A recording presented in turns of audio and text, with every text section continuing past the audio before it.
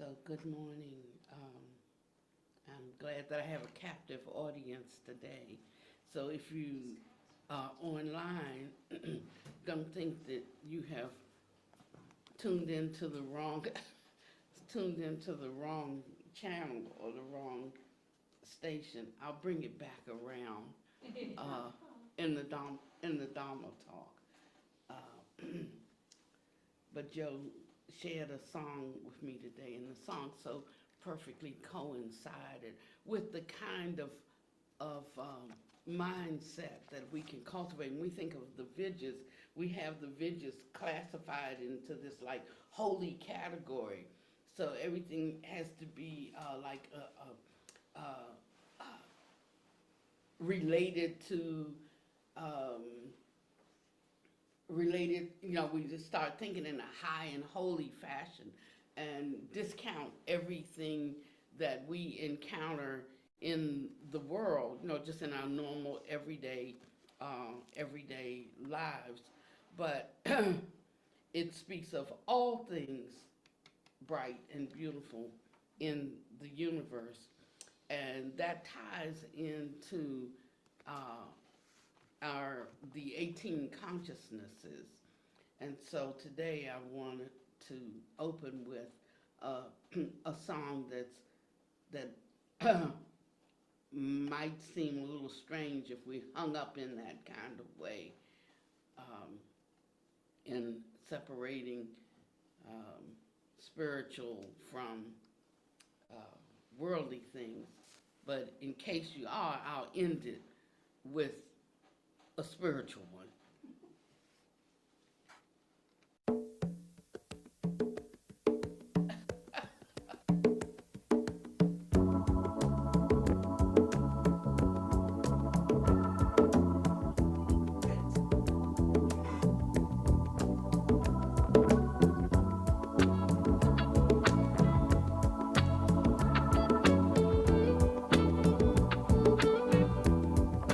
Though you may not drive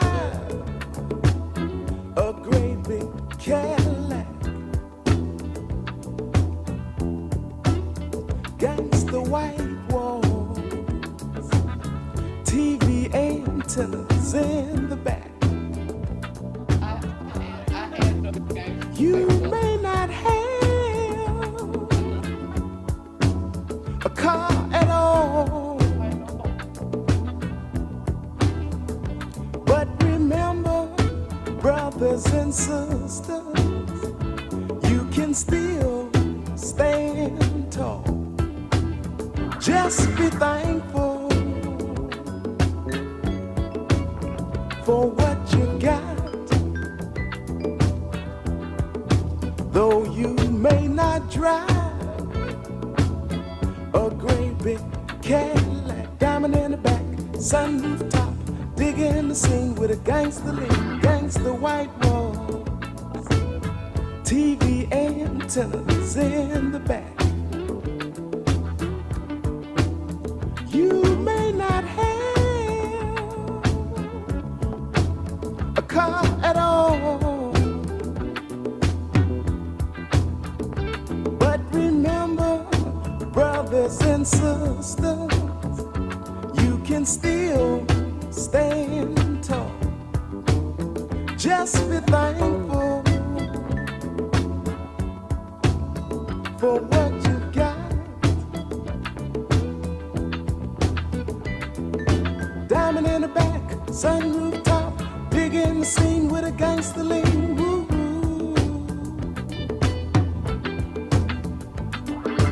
Diamond in the back, sunroof top, digging the scene with a gangster lean. Woo.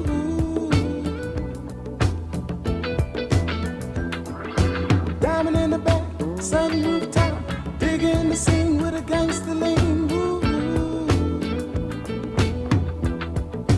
Though you may not drive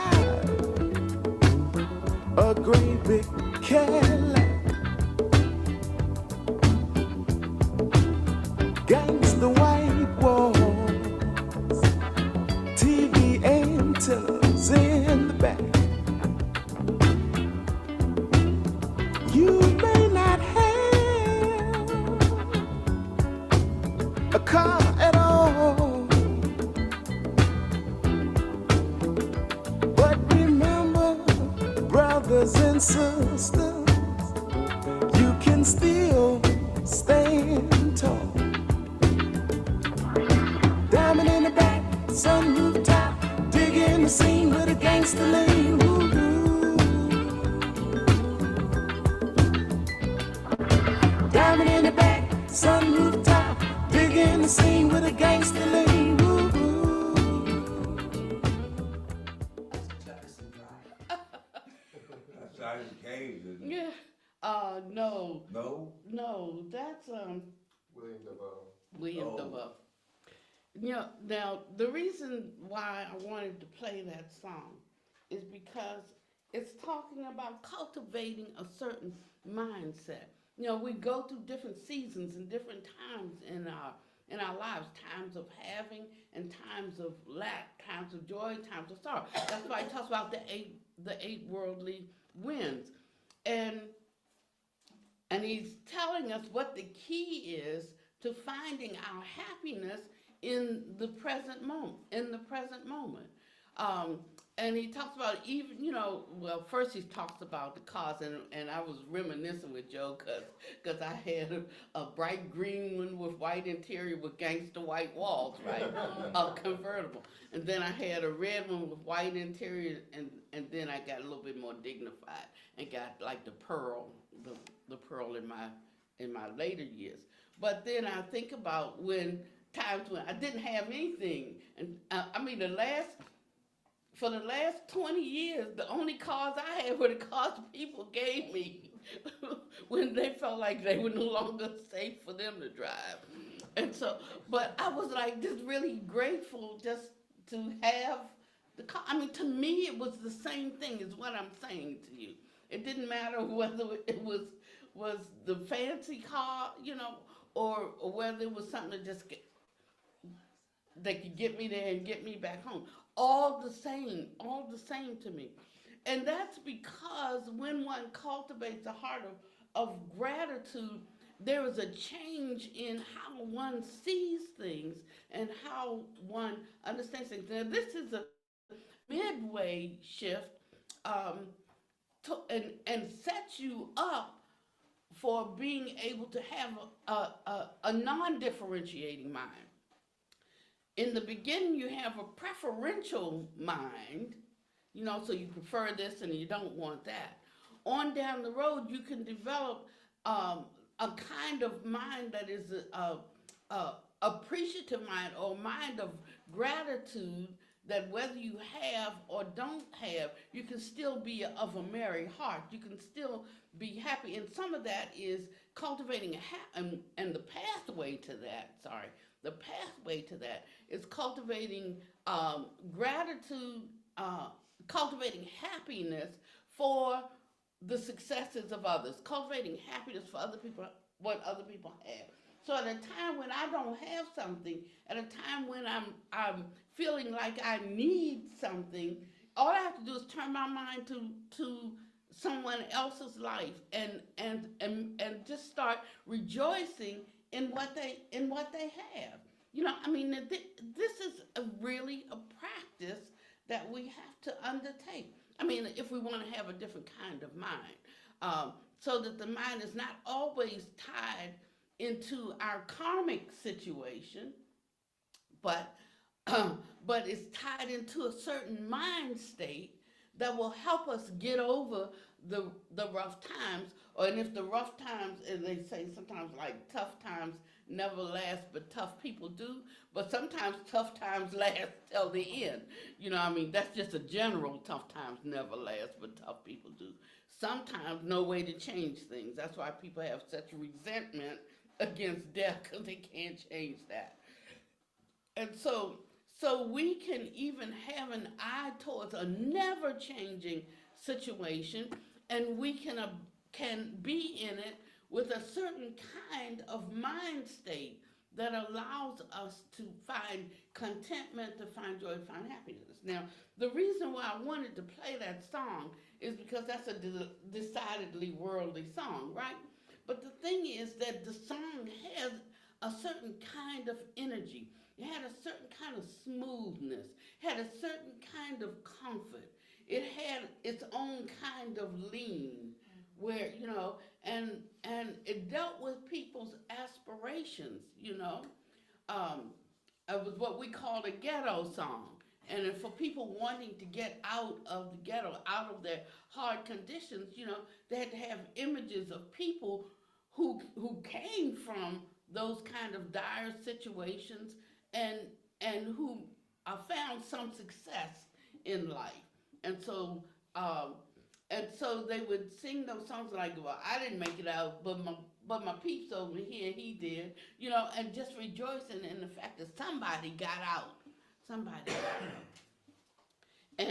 And the song brings that kind of first it brings a sort of like an aspiration, because there's someone who made it out. That's the one with the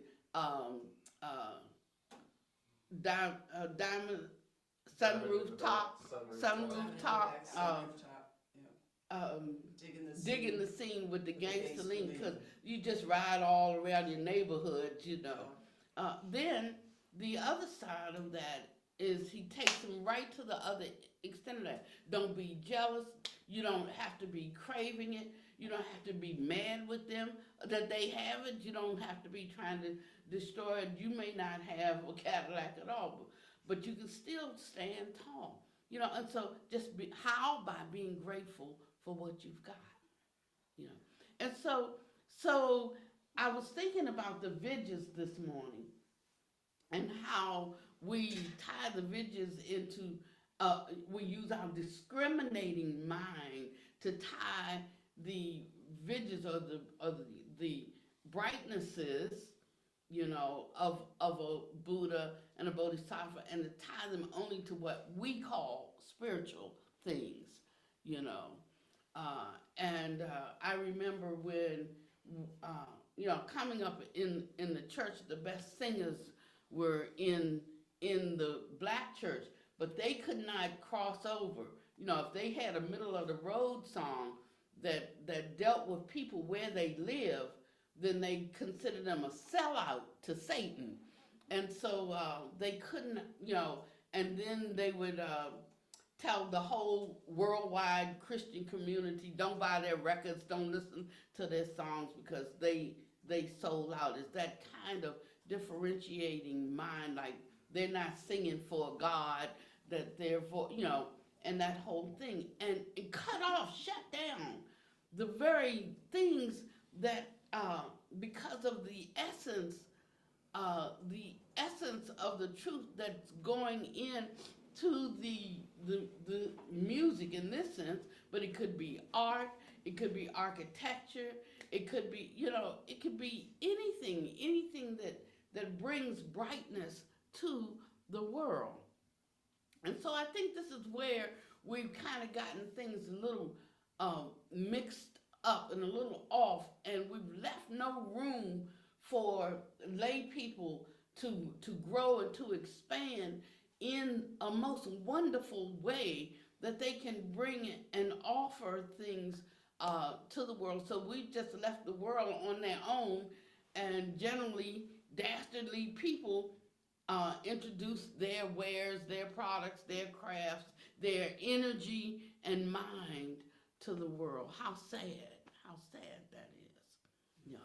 And so I know I'm like stepping out into some territory here, even talking about these things, because some people, they have no place for discussion in holy situations. But I think we've gotten a kind of wrong view of what holy is. And so I wanted to play that for those who can't receive it. Didn't mean anything. Today I want to talk about no realm of eyes up to and including no realm of mind consciousness.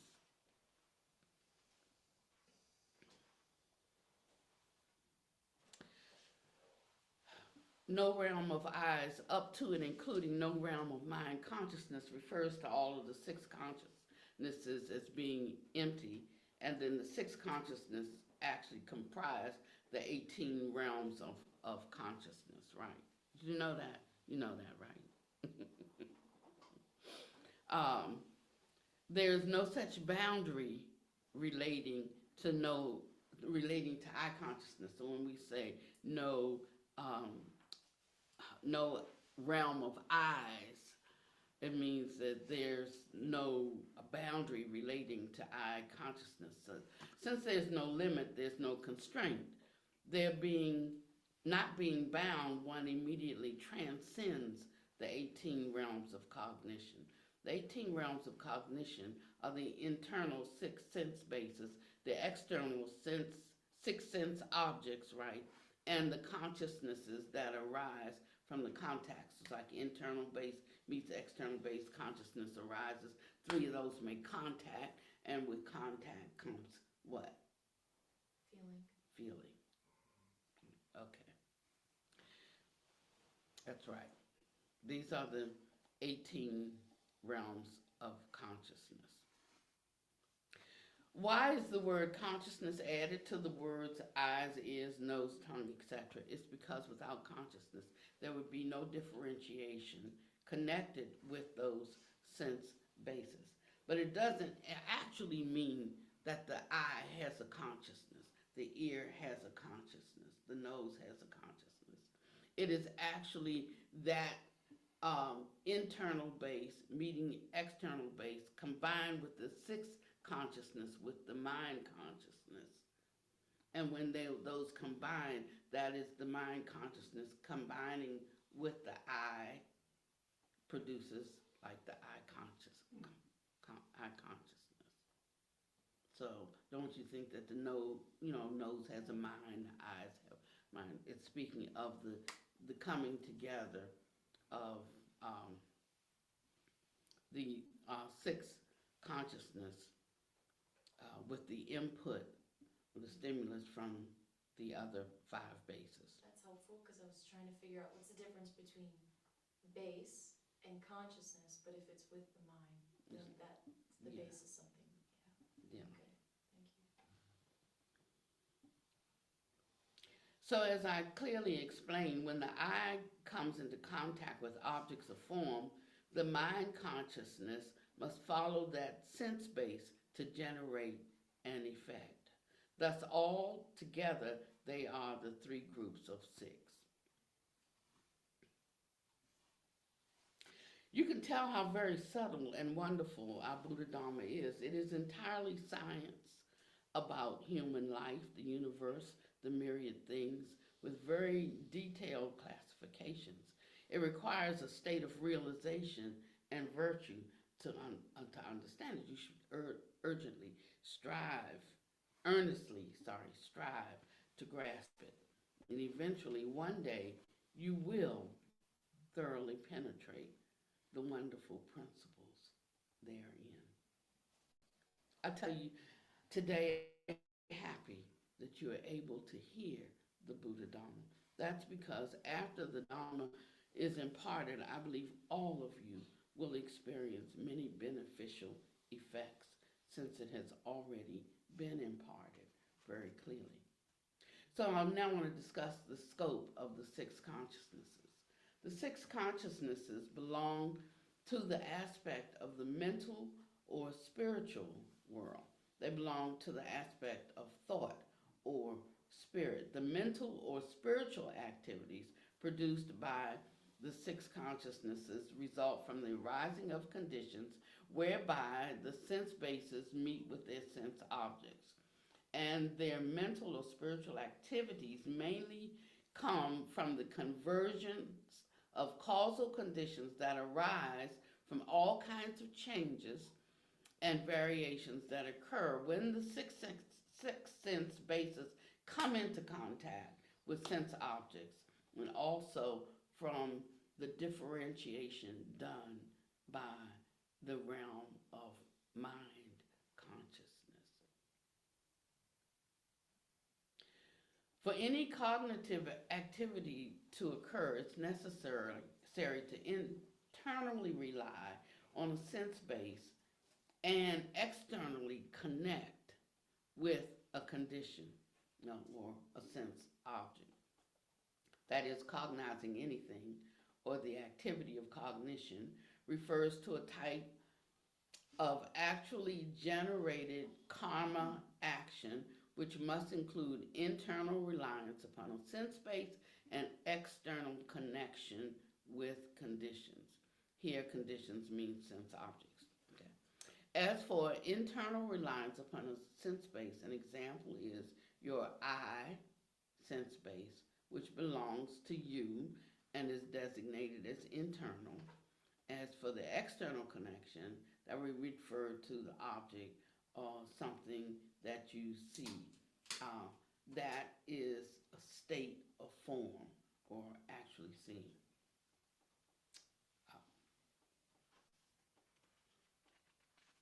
And I think we understand that, so I'm going to skip on down. And I want to give a definition. What does without causal condition mean? The 18 realms of cognition arise from the coalescence of all such causes, conditions, internal, meeting, external. Consciousness arise in 3 of them, make contact, and with contact comes everything after that. What does without causal condition mean? This requires a brief explanation. As I said a short while ago, when we see something, it results from the coming together of causal conditions. So because this curtain, a cause is hanging in there, our seeing it is a matter of causal condition of a sense base and sense object coming together or encountering each other. And without such a condition relating to those two, it's simply out of the question for any differentiation by the mind consciousness to resolve, right? So we can all agree with that, right? So you recognized it and begin to differentiate. Therefore, everything arises from the coalescence, the coming together of myriad causal conditions. Nothing can arise without causal conditions. It was explained earlier that any Dharma or phenomenal thing produced from causes and conditions is not reality. Although it is true that everything is produced from the coalescence of causes and conditions, nonetheless, any phenomena produced from causes and conditions does not belong to reality, including our 6 sense bases and the 6 sense objects. Everything is false or empty or illusory and illusorily manifested by the coming together of causes and conditions. Hence, the thing itself is the natural emptiness that is its original nature.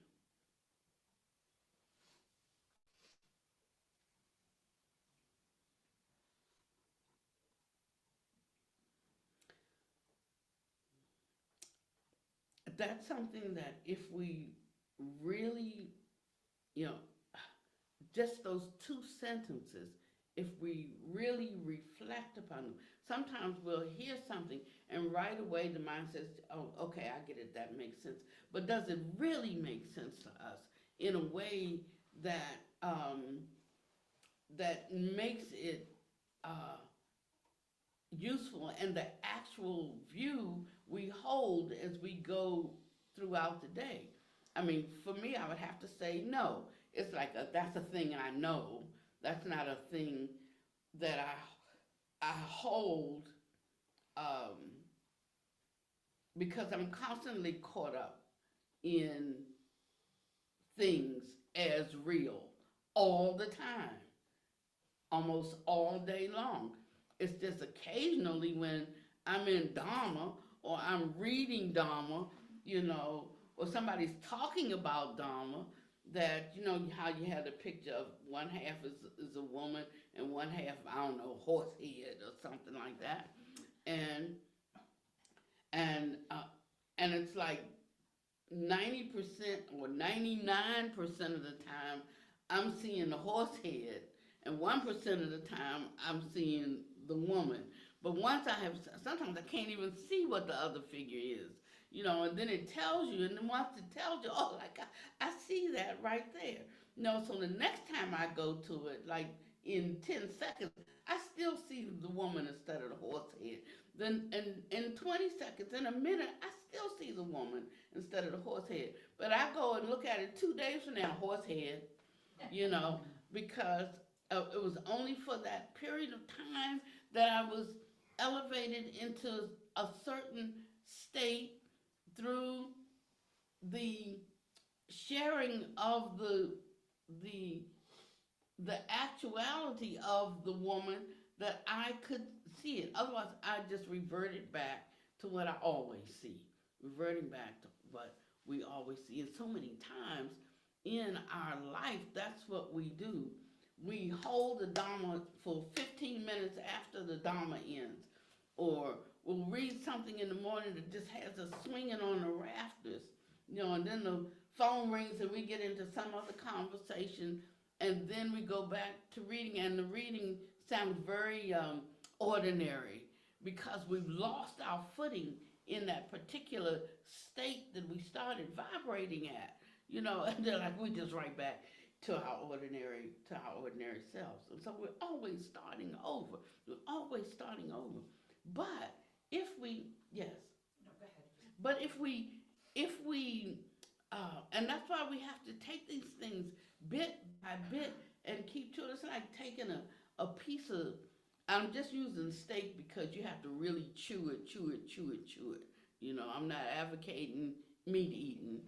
I'm just saying that if you don't keep chewing on it, you will never break it down enough that your body can use the nutrients that's in there. You will know. You have to get it to a certain state, or it'll just like pass through in a lump and hurt coming out. You know. But if you break it down sufficiently, then the body can use it. It like becomes part of your body, and your body takes what it needs. And the Dharma is like that.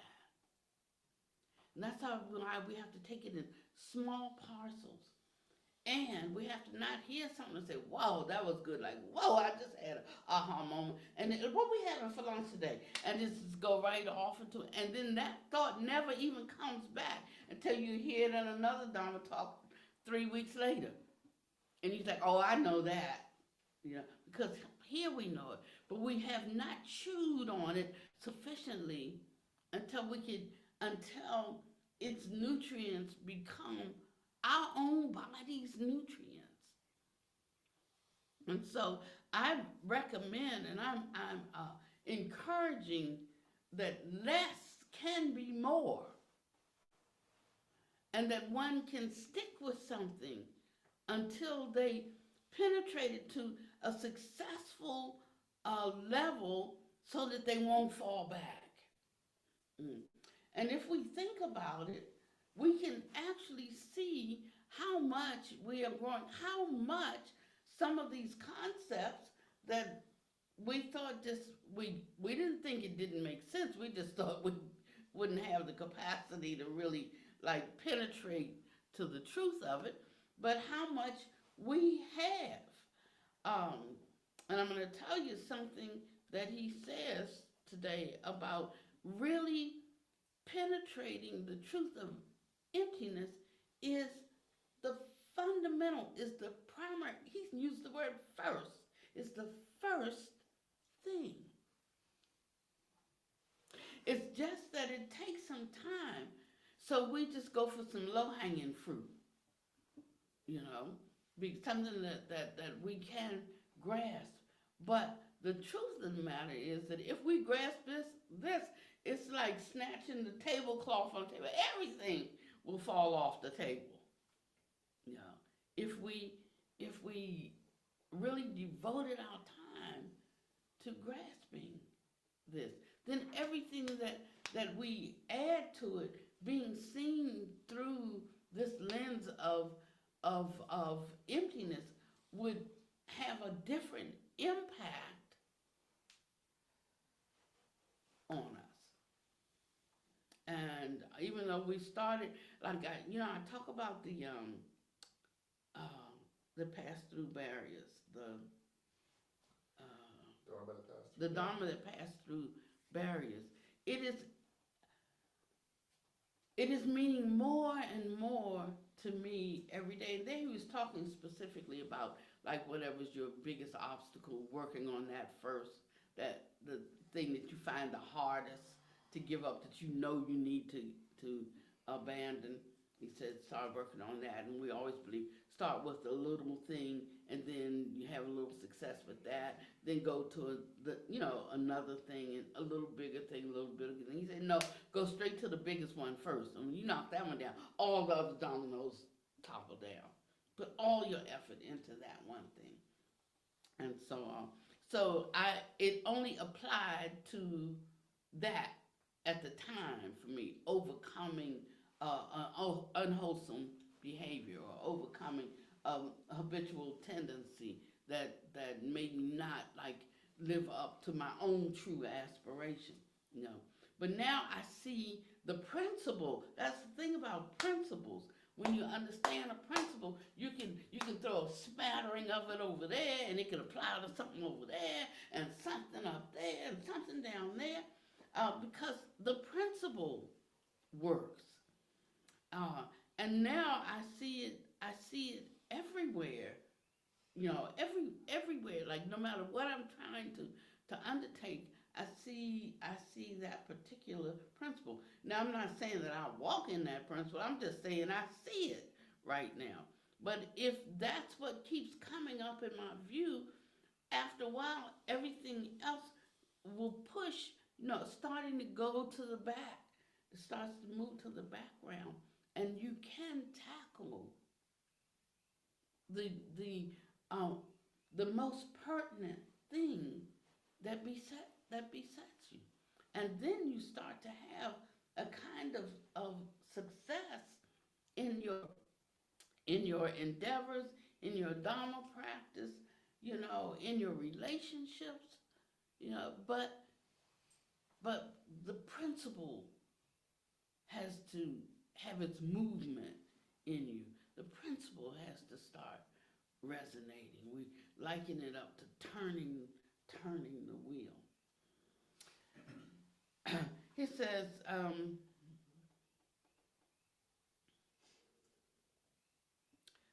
this is the source, the mother of descent into samsara. What is samsara? Cycle of birth and death. It is the mind consciousness. That is why our cultivation and learning Buddha Dharma has to start with cultivating the mind consciousness. Why do you think of all kinds of things that go against Buddha Dharma? It all stems from the mind consciousness.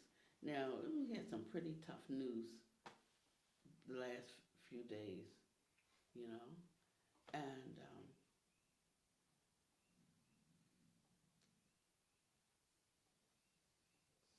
and I was really aware that I need to know what's going on, right? But at the same time, seeing what's going on, I know that this is effect that I'm looking at. And that if I use up my whole mind consciousness on effect, and what I think of how I feel about effect, there'll never be the space for the mind consciousness that can be part of producing new causes. that will ultimately change the effect. And even if I don't have the wherewithal to do it myself, to be able to support or reinforce ones who can do it. Do you remember the Billy Joel song, We Didn't Start the Fire? Mm-mm. 80s. Mm. But it's the same thing. We didn't start the fire. It was always burning since the world's been turning. It just goes through all the things that are going on. Very 80s related, but very much the similar thing is that we didn't start the fire. It's always been burning, but now what? What do we do with the flames? Oh, very good song. Find that song, Joe. Well, we kind of did start the fire, though. Well, in a sense, we did, but in a sense, we didn't. What did? In a sense, we didn't. And if we think that we did, then we think we alone have and that's where this Dharma is ending today. We think that we alone can fix it. I was just in my own space, so I'm not going to talk about this too much. This was just something for me. But I made a note. Well, I guess it's in my purse. I don't have it here. And I was saying,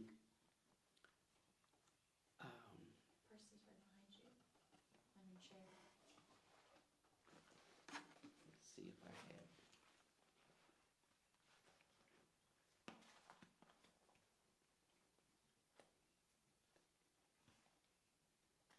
I do.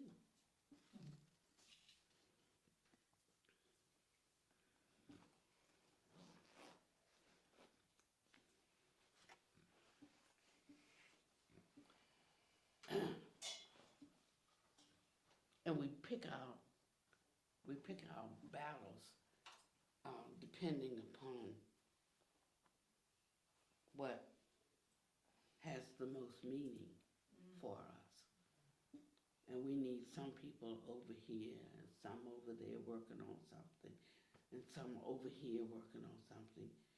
If all of this is ablaze, we all just can't collect and gather there and put out that portion of the fire, right?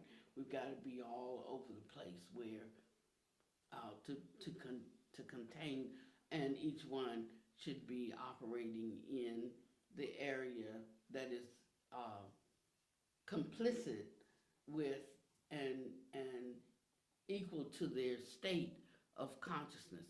So if someone doesn't know certain things, don't send them over there to work. Send them over there to work at what they do know, what they have realized, and where their ultimate heart is. And so I was thinking in those terms of Western mindfulness versus the full counsel of the Dharma. And I was thinking, what is the greater damage to human beings? And then I started thinking about the Dharma itself versus what's going on with the, economy and our money and so forth. And I was thinking, what is the greater damage to living beings, and we could do all kinds of things to protect our worldly things, but our Dharma things not so much, and that's how we know what we care about the most, what upsets us the most.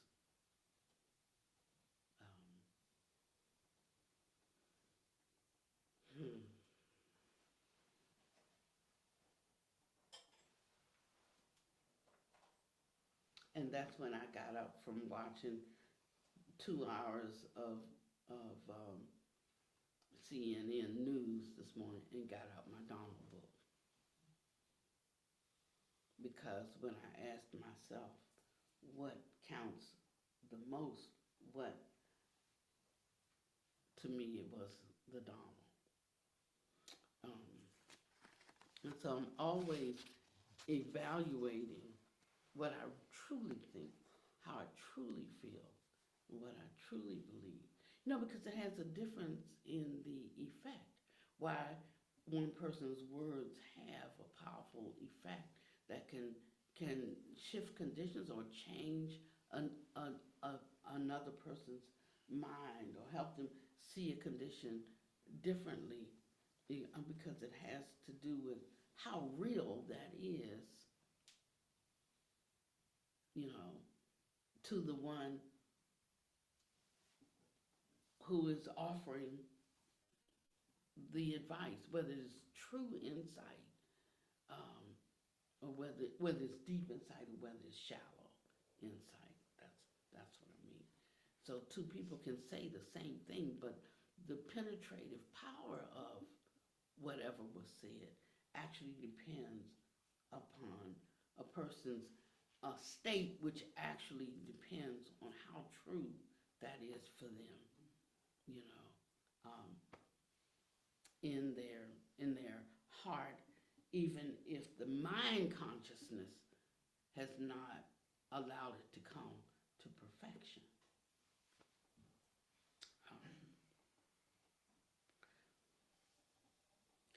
It says you must first our cultivation and learning Buddha Dharma has to start with cultivating the mind consciousness. Why does the mind consciousness cause you to descend? Why do you think of all kinds of things that go against the Buddha Dharma? And thinking of all kinds of things, we think of things that are good things and evil things, or good things and bad things. But here I think he's also including thinking of all kinds of things that go against the Buddha Dharma, means holding certain thoughts or certain ideas or certain responses in the mind that go against what the Buddha Dharma says. It all stems from the mind consciousness.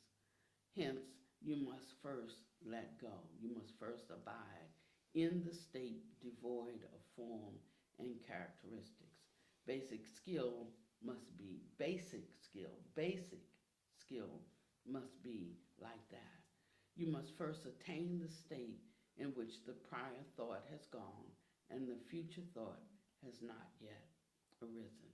You must first not think of either goodness or evil. So I know where I am. I know I'm on first base. What about you? As I'm still thinking of goodness or evil. I'm whittling it down, you know, and the more I can tell that I'm whittling it down, because what would strike fear or in your heart, or what would just cause your anger to escalate to rage, or what would cause hatred when you hear a name, that's subsiding in me. So if every spark is part of the fire, I have just put one little bit of the fire out.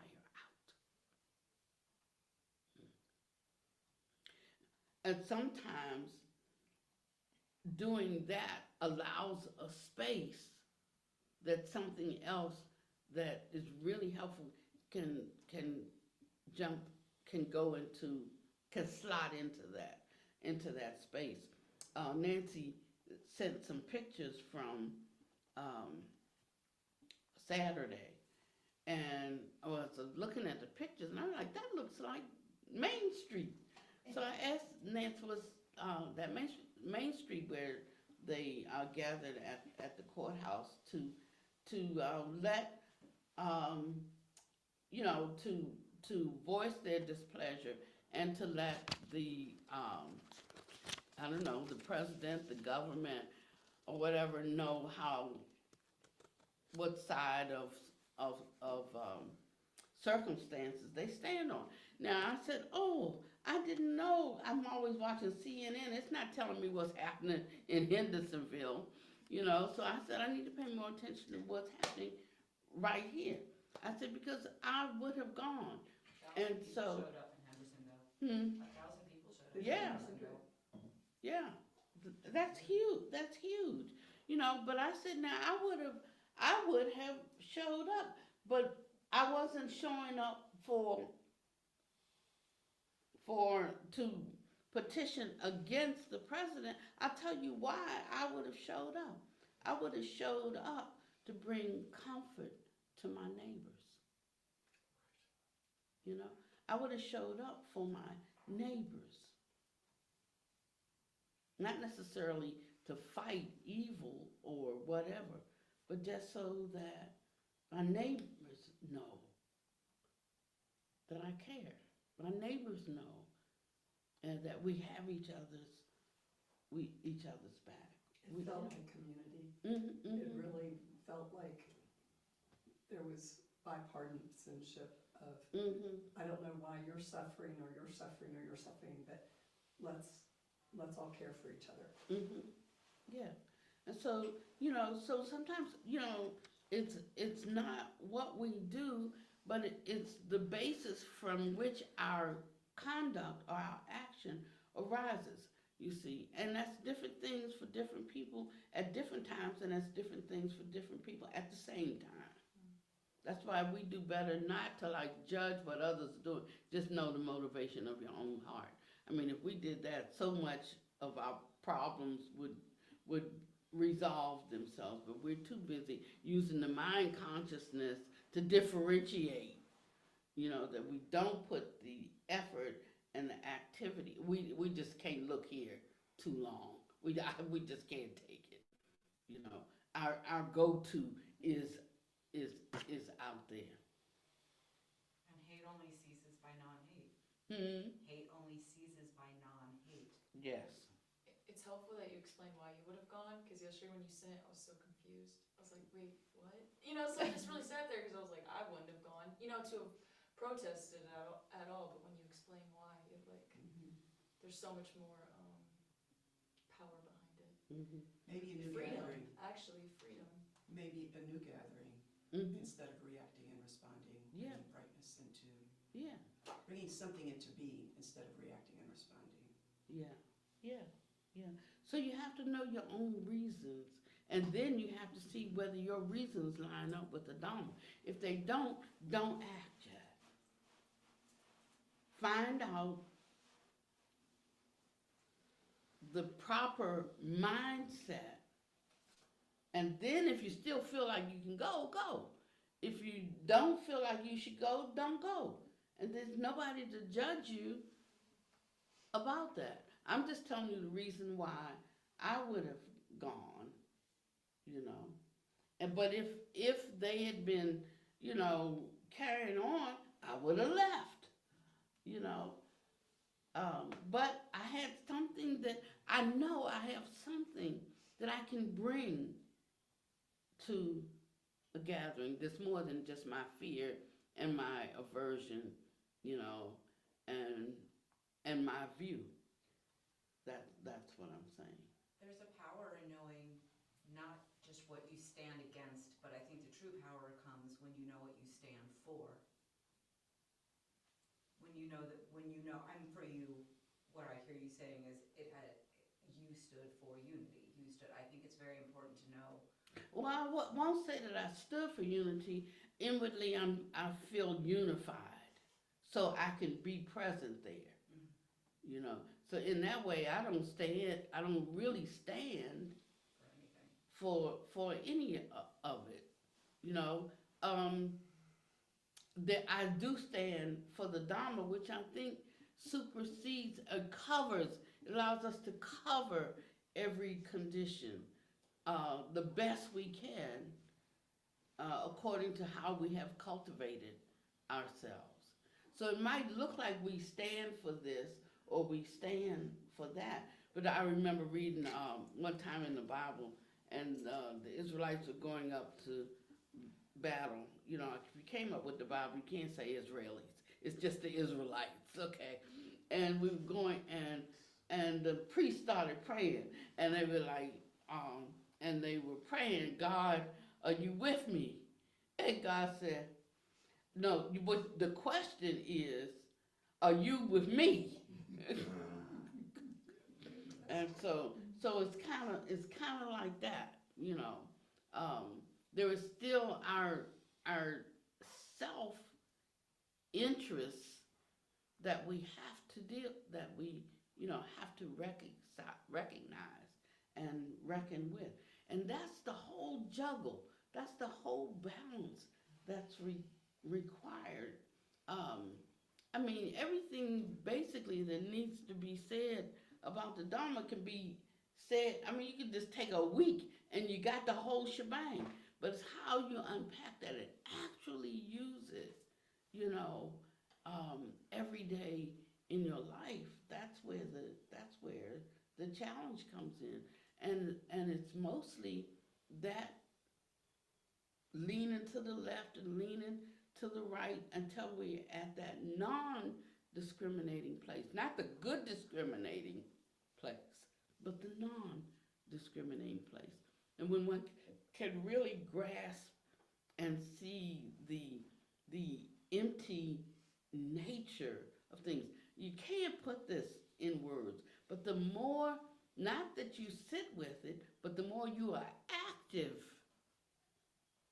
with it, the more you will penetrate to the truth of it. So he said, why do you think of all kinds of things that go against Buddha Dharma? It all stems from the mind consciousness. Hence, you must first let go. You must first abide in a state devoid of form and characteristics. Basic skill must be like that. You must first attain the state in which the prior thought has gone and the future thought has not yet arisen. Then when one sees, there will just be the seeing. Just be the seeing. You must first not think of either goodness or evil. So one of the qualifications for going down to the rally is what? First, not thinking of either goodness, Non-differentiation? not thinking of either goodness or evil. So it starts to mess with our word usage. Now we can't take sides. Now there's a side, you know, picking a side issue is an issue.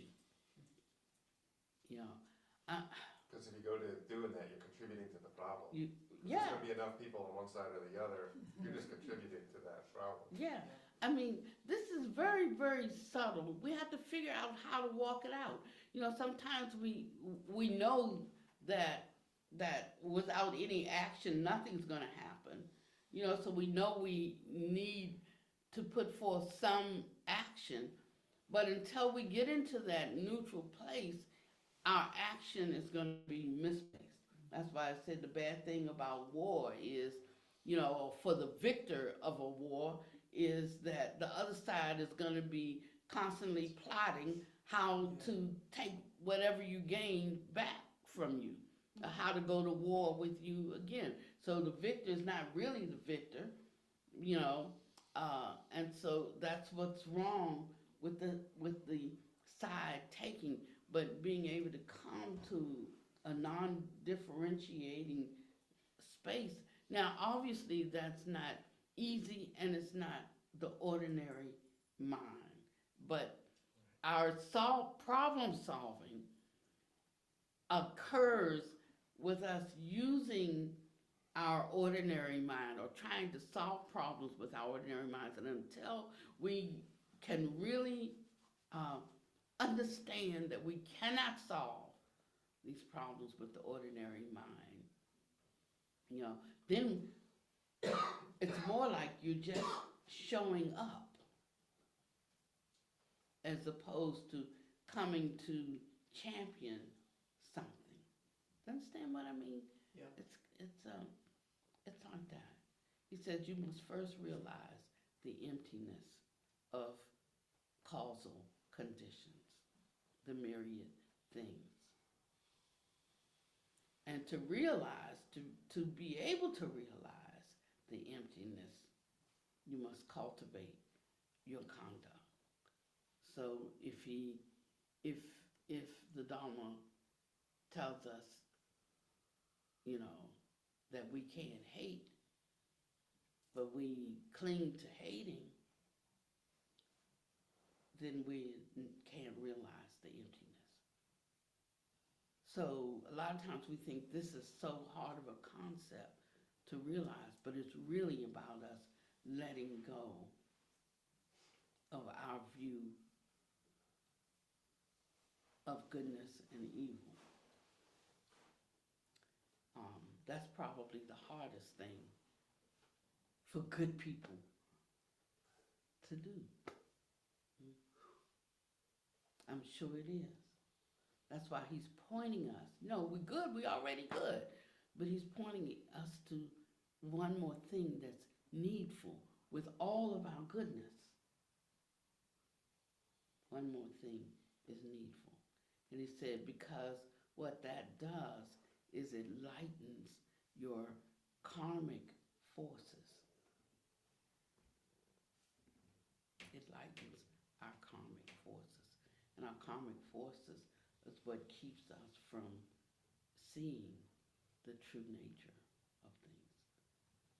Is that the meaning of that Bible story? Ate from the fruit of the tree of The knowledge of good and evil. Yeah. Not only must you cultivate your conduct, though, you must also practice Dharma. Practicing Dharma is very profound. We have a greatly virtuous one here whose cultivation is very good. He is sitting here listening to the Dharma. He beseeched to me today. He said, Master, in my current Dharma practice, I would like to practice 4 Dharmas. I told him that 5 Dharmas should be practiced. He said, the first Dharma I request is the Vajra Yoga Perfection Dharma. And we know that's the what? Avalokiteshvara. Right, the Kuan Yin Dharma.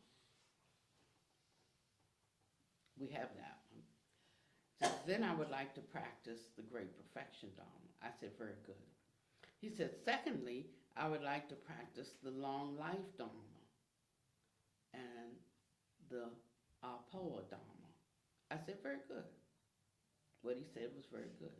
He has the correct knowledge and he has the correct view. Once he has the Vajra Yoga Perfection Dharma, the Kuan Yin Dharma, he can perfect his bodily form and become liberated in this current lifetime. So Vajra Perfection Dharma allows one to perfect bodily form, become liberated in the current lifetime. Why is that? Because Avalokiteshvara Bodhisattva never abandons living beings who toil in the world. And moreover, that Dharma is so great that even demons cannot undermine it. For the second Dharma, by practicing the Great Perfection, because the second one was the long life, right? The Great Perfection combining with or going in tandem with Kuan Yin. The second Dharma, the Great Perfection, he can lay a foundation for having the seeds to train the 3 bodies.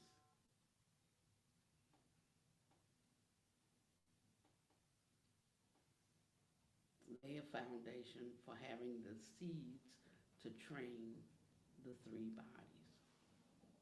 Therefore, in this lifetime, he definitely will be able to leave in a perfect state with complete wisdom. He will be able to attain the Dharmakaya and even enter the Sambhogakaya state, having entered the Sambhogakaya state, one naturally enters the Nirmanakaya state. So y'all know what I'm doing this week, right? Pull my patient out, you know, because I have the Vajra, the perfection Dharma. I don't do it that often. But you know, sometimes you just get a little word of wisdom at the right time. The right one to make a leap. Yeah.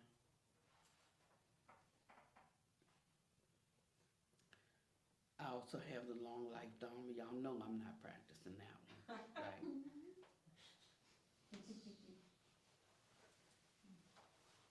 Okay, but I'm gonna pull it out. And because he's gonna tell me why in a minute. He's gonna tell us why in a minute. However, because he is an elderly man who is almost 90 years old, he must practice the long life Dharma. Without longevity, he will not have enough time. He fears that if his time suddenly comes, then what? If impermanence in the form of death arrives, then what? Thus, there is a specific Dharma for this, the long life Dharma. That is not just speaking about the doctrine of emptiness, talking about emptiness over and over again. That is the profundity of our Buddha Dharma. Only with the long life Dharma, he still fears that there's no certainty his life will be saved. To cross the Yangtze River, one must bring the most reliable life buoy.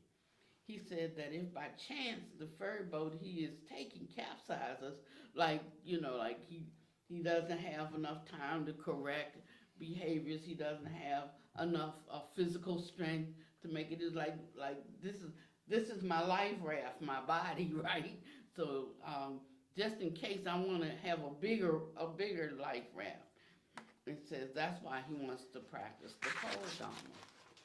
All right, what he said sounds complete. However, you should know that for those of us who learn Buddha Dharma because of the heaviness of karmic forces accumulated over continuous lifetimes and eons, and because of specific karmic conditions and so on, resulting from many lifetimes, practicing only those dharmas is still not enough. One must also practice a dharma relating to a dharma protector. There is no one to guard you, no one to protect you at all times. You're not protected regarding dharma matters or any other matters. That is why you have to specifically practice a dharma relating to a dharma protector. In the practice of a dharma relating to a dharma protector, there are specific dharma protecting methods. There are dharma protectors for undertakings, and there are dharma protectors for wisdom. They are also called dharma protecting holy ones and dharma protecting holy deities. A moment ago, I spoke of the cultivation of that elderly man. He already is very accomplished. However, he still practices in the manner I just described. He didn't practice it for a while, have some results. Says, I'm good with that. I'm gonna set that aside for a while. I'll go over here and do this. So he's not exchanging practices for practices. But because of his growth and realization, he's adding practices to practice. So this was like a wake-up call for me, you know. Says, this has made me admire him very much. Dharma protectors are classified into a few categories. Dharma protectors for undertakings and Dharma protecting holy deities. They also have afflictive habitual tendencies carried over from past lives or current lives. Dharma protectors for undertakings. They have not yet ended the cycle of birth and death. However, they are willing to help us practitioners who cultivate ourselves. when you've cultivated a high moral character, they come and help you. There are two kinds of ways. One kind is when the Dharma protectors naturally come to your mandala and submit to obeying you. The other kind is when the Dharma protectors are invited to enter your mandala and a place is established for them there. So they come to you, or you can invite them. The Dharma protectors are invited to enter your mandala. They are specifically invited.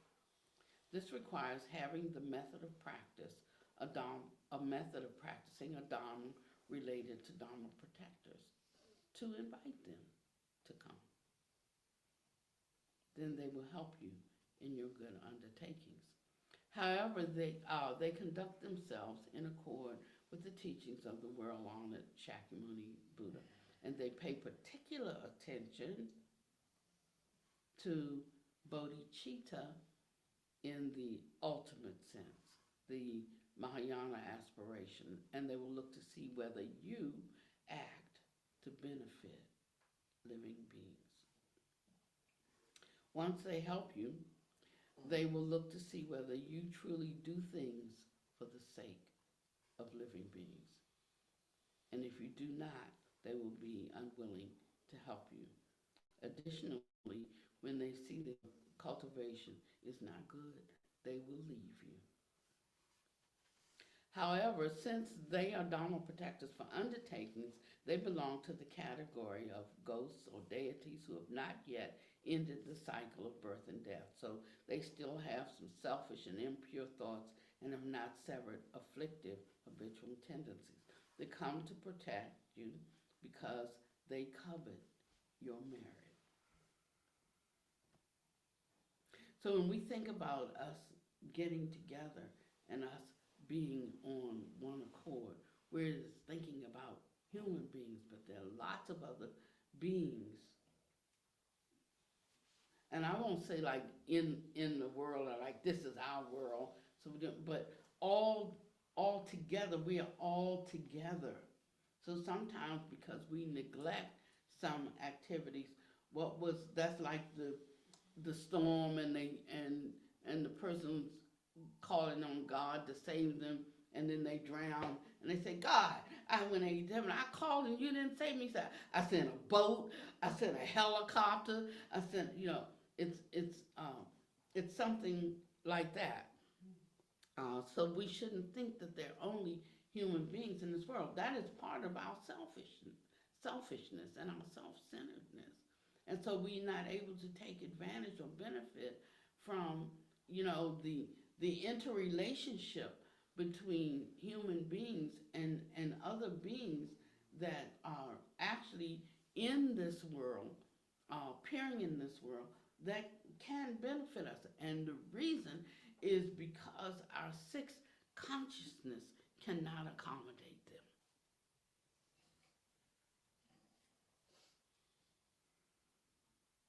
So I see the great damage in a way that has been done when we made mindfulness Dharma.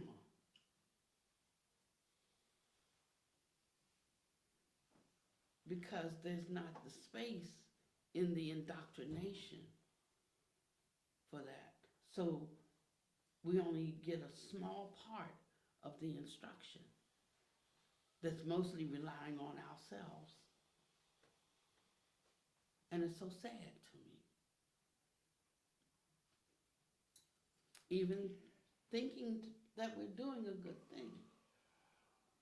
And so we really have to stretch, and we really have to have respect for Dharmic principles, not our cherry picking, because we thwart people and we put people in a position they can never get out.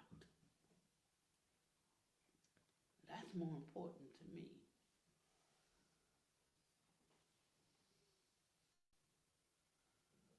That's like, what would it profit a man to gain the whole world and lose his soul? playing for bigger stakes than just what this world offers in terms of my personal comfort. And some of y'all might not be scared of war, but I'm scared of war because I don't like pain. And when I look and see what's happening, but I'm no better than the person who's living in Gaza,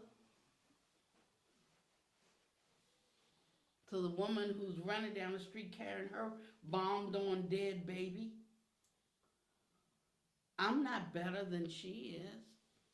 And that's happening to her. Why do I think that it can't happen to me? Or why do I even think, that I should be exempt? But we do feel exempt, in this country. We feel exempt. We'll go bomb other places. Well, 9/11 had a shift a little bit with that. Mm-hmm. Yeah. Yeah. And you couldn't even say anything. You couldn't even say it. That you can't go all around the country bombing other places and assassinating their leaders and so forth and think that stuff's not going to come back here and roost in your own household, in your own country. You couldn't even say it. Because people can't tolerate the truth. People can't hear the truth. Not even the spiritual people.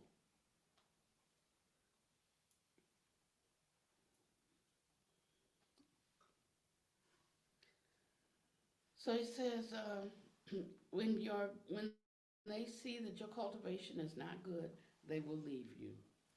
However, since they are Dharma protectors for undertakings, they still have selfish and impure thoughts and have not severed afflictive habitual tendencies that come to protect you because they covet your merit. Thus, when someone offends their master, they will sometimes become indignant and take action. Such are the shortcomings of Dharma protectors for undertakings. However, Dharma protectors for wisdom are not like that. So you remember there was this big controversy about Dorji Shugden between the Dalai Lama and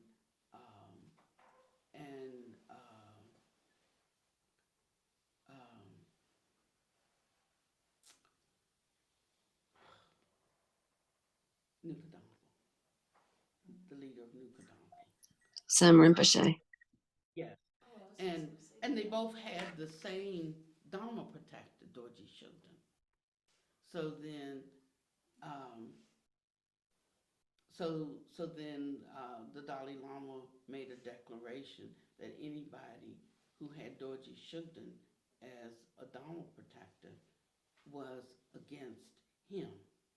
And so there was this big controversy and factions, and it got really, really dirty and really, really ugly and really, honestly, really, really violent because the Dalai Lama outlawed the Dorji Shugden practice. But that was the very practice that he practiced, that all of these years. And so that's the danger of having unawakened Dharma protectors.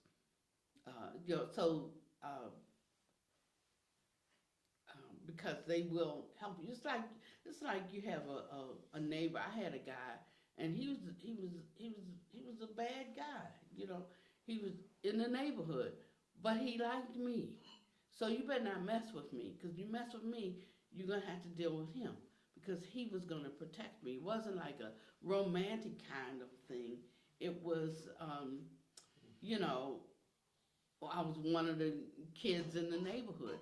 So if you bothered me, he was gonna get you, but he himself was bad, but it's kind of like that. So everybody's got somebody in their family, their brother, their cousin, their neighbor, who that they not 100, but one thing's for sure, you can call on them and they will protect you. So think of Dharma protectors for undertakings, kind of like that,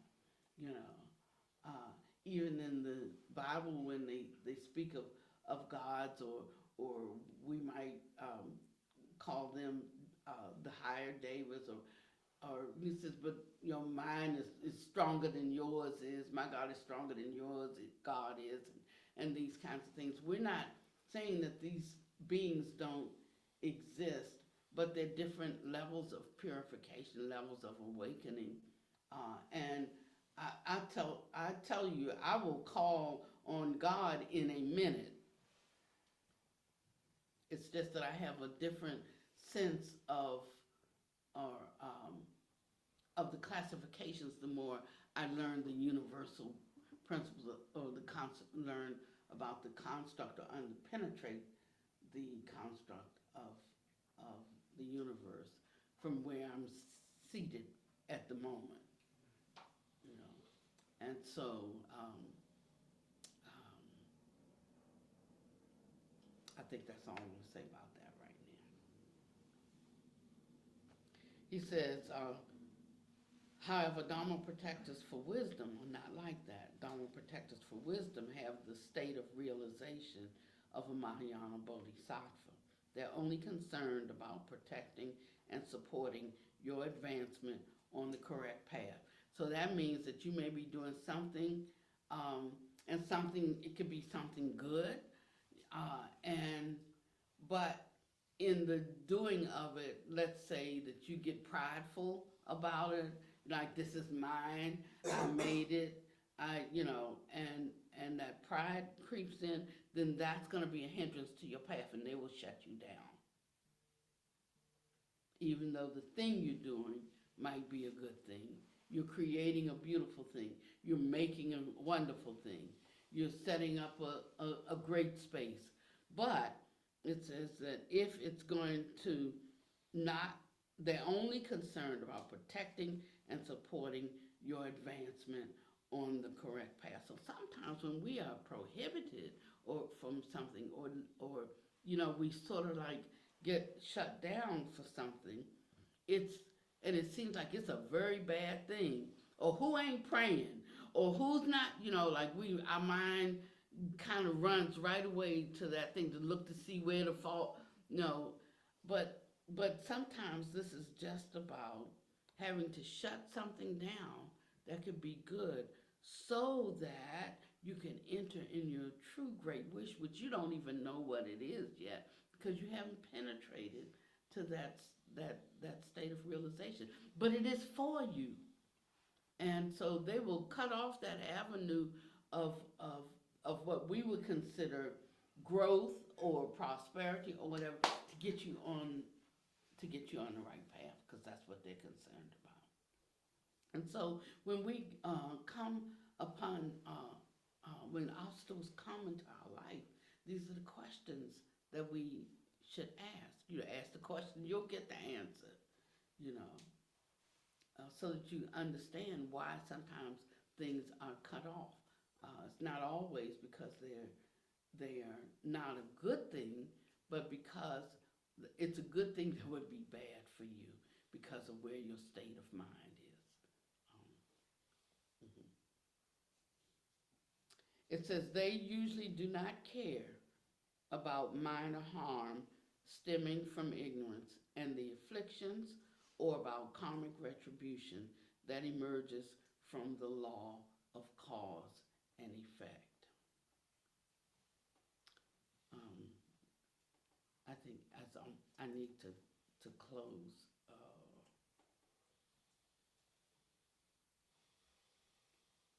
I think I should continue this because I want to get through this.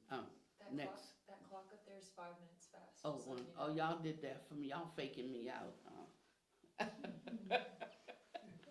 Okay, great. Then I can at least read this, and maybe we can talk about it another time. For instance, there are many types of Dharma protectors. The greatest Dharma protectors are Ekajati and Rahu. They are as kings of Dharma protectors in esoteric Buddhism. Still, among our Dharma protectors, there is the most amazing one, Uchusma Vajra, who can freely move throughout the 3 spheres.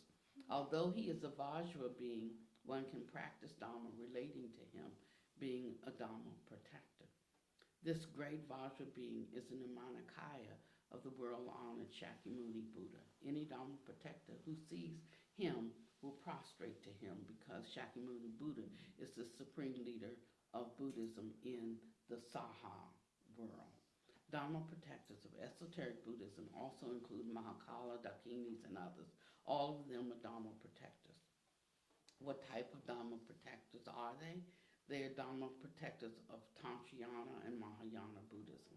They are Dharma protectors of wisdom, in other words. Dharma protectors for undertakings are not those Dharma protectors. They are ordinary Dharma protecting deities, such as Guanggong, Mount Tai stones, and city or town deities. There are even some local land deities who act as Dharma protectors to help living beings with undertakings. I remember when we were building a Dharma hall on Wisdom Lane, and we were getting ready to build on the part of the land that we could build on. And then a woman comes and knocks on the door and says, I've been told by the spirits, is how she worded it, that you're building a Dharma hall and you're building it right there, where our land kind of went up on the mountain. And she said, you can't build it there. They told me to come and tell you can't build it there because that's a vortex tied into the ley lines of the mountains, and that they've been working on that for hundreds of years, and they will not allow you to build right there. So I said, well, what should I do? And I said, well, first I said, well, if they were talking to you, but you're not the one building, I am, why didn't they come talk to me? That was my first question. She said, they tried. You didn't hear them. You couldn't hear them. So they sent me because I listened. Who was this? I didn't know her. She just came and knocked on the door. I didn't know her. And so, but she was connected, with what I would consider Dharma protectors on this level, on that level here. So I said, well, then we'll ask them what I should do. And so she asked them, and they said, build it over there. I said, that would be nice if I owned that land, but I don't own that land. And that very next week, I forget her name. I shouldn't say I forgot her name, but you know how I am with names. She came to visit us, me and Panya Deepa, and to visit her. Actually, she came to visit with her family's, her husband, dead husband's family, who lived around the corner. And he had been dead for a number of years, and they were all getting on with their new life after the death of, her son. And she was his wife, and they basically said, our relationship is pretty much over now because he's left and everybody's getting on with their life. And they didn't want her to stay, and she didn't know what to do. And she looked and she found a Buddhist center, and she came around the corner to, and just, we helped her let go of her attachment to, trying to stay connected to her dead husband through being connected with his family. And she stayed for, I think, 5 days, and she found a freedom for that. And she left us a check for $50,000 on the bed. And that's how much that lot cost. It cost $50,000. And we bought it. And we built a Dharma hall. Me and Kay and Deepa took out a mortgage, and we built a Dharma hall and everything. But what I've learned is no one or two people can do these things alone. It takes it being a commitment of the Sangha, or you shouldn't do it. And so, but that story still rests with me about, what I could think, what could 15 minds come together and bring about, as opposed to 2 minds, But this is what inspires my faith and my confidence, because you be reading the story of your life as you go through the Dharma. You know, you see where you've made mistakes and where you did the right thing, and where and you learn how to kind of hold all of it with a certain kind of equanimity, you know. But you can get to that place that you can gain and lose, that you can have pleasure or be in pain around something, and you can still enter into a state where that's what they mean, like you take poison and it won't kill you, or you can set you on fire and the fire can't harm you. You know, don't go trying to light somebody up to see if they're spiritual, because they'll burn. But you know, it's you have to understand the languaging and what that means. And it's not for anybody else to understand it, it's for you to understand it, you individually.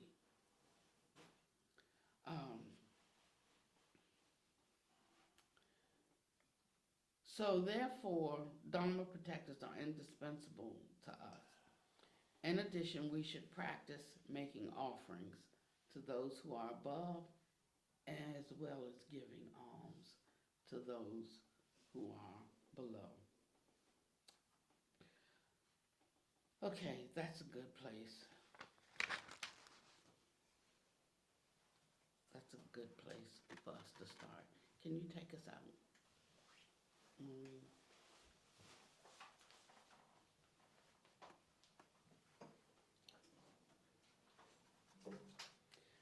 And if we really get this, we'll start to understand about ignorance and no ignorance and no ending of ignorance. We'll start to understand about karma and no karma.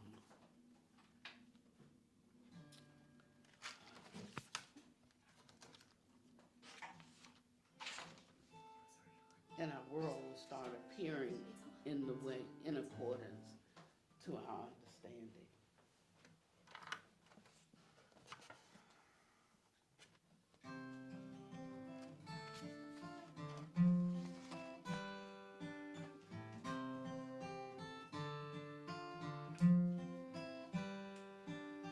Resistance to intrinsic flow is causing such trouble.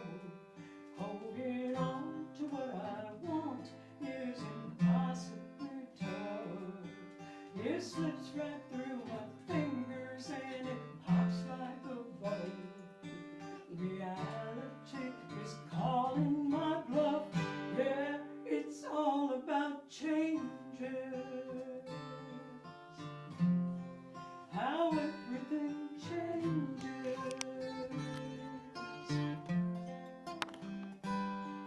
Impermanence comes in and nothing stays the same. It's been that way since you were born, a simple truth you've ignored. Changes. How everything changes. Just look how everything must change. Nothing's forever. Perspectives fade and shift as we grow older each day. But one way or another, some way we will discover impermanence, our friend or foe, is teaching what we need to know about changes. How everything changes. Impermanence comes in and nothing stays the same. It's been that way since we were born, a simple truth we've ignored. Changes.